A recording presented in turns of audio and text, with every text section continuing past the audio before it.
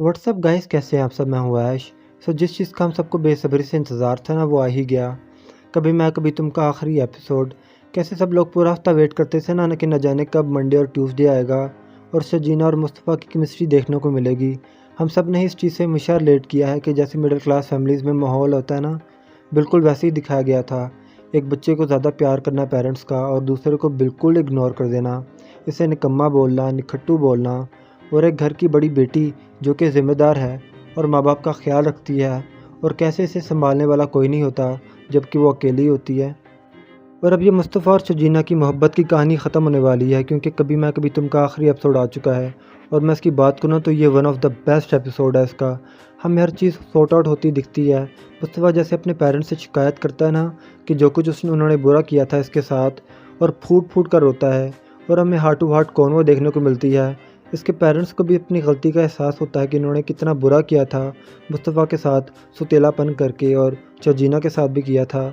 And हाँ, जो scene था ना कि जब मुस्तफ़ा अपने भाई की बेल करवाने जाता है, आय हाय हाय हाय! इतनी हीरोज़ वाली एंट्री मारता है और छुड़वाता है। और फिर जैसे दिल जब छूट जाता है ना और कहता है कि गाड़ी में बैठकर बात करते हैं, और देन जब इसकी बेइज़्ज़ती करता है, मज़ा आ गया था। आय हाय हाय! कसम से पैसे पूरे हो गए।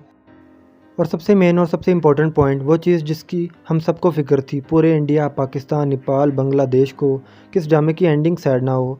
और लोग तो कमेंट्स में लिख रहे थे कि भाई इसकी एंडिंग सैड हुई ना अगर शजीना मरी या ये दोनों अलहदा हुए तो कभी उन्होंने ड्रामा नहीं देखना। इतने जुड़ गए थे सब इन करैक्टर्स से, इस ड्रामा से, क्योंकि इतना रिलेटेबल लगता है सब कुछ।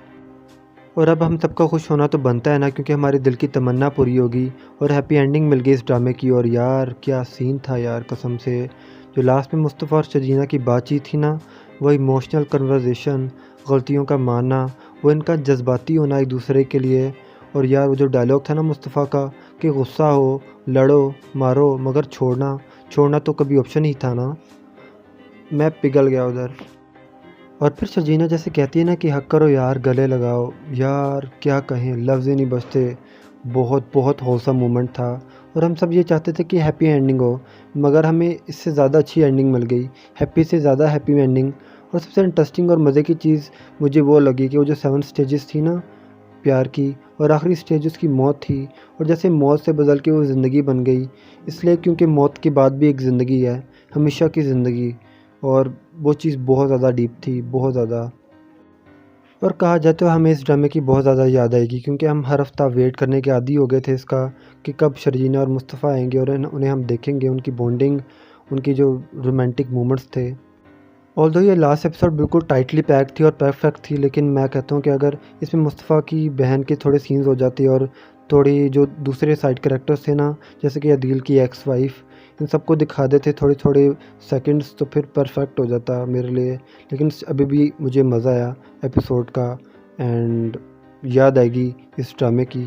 आप लोग बताएं आपको ये एपिसोड कैसी लगी और आप कितना याद करेंगे शर्जीना और मुस्तफ़ा के कपल को। मैं तो बहुत ज़्यादा याद करूँगा, बिकॉज़ मैं आदी हो चुका था यूट्यूब पे इसका इंतज़ार करने का। और या आज के लिए इतना ही था। मिलते हैं किसी और वीडियो में किसी और व्यू के साथ। तब तक के लिए अपना ख्याल रखें। This is anime guy Hindi, signing off.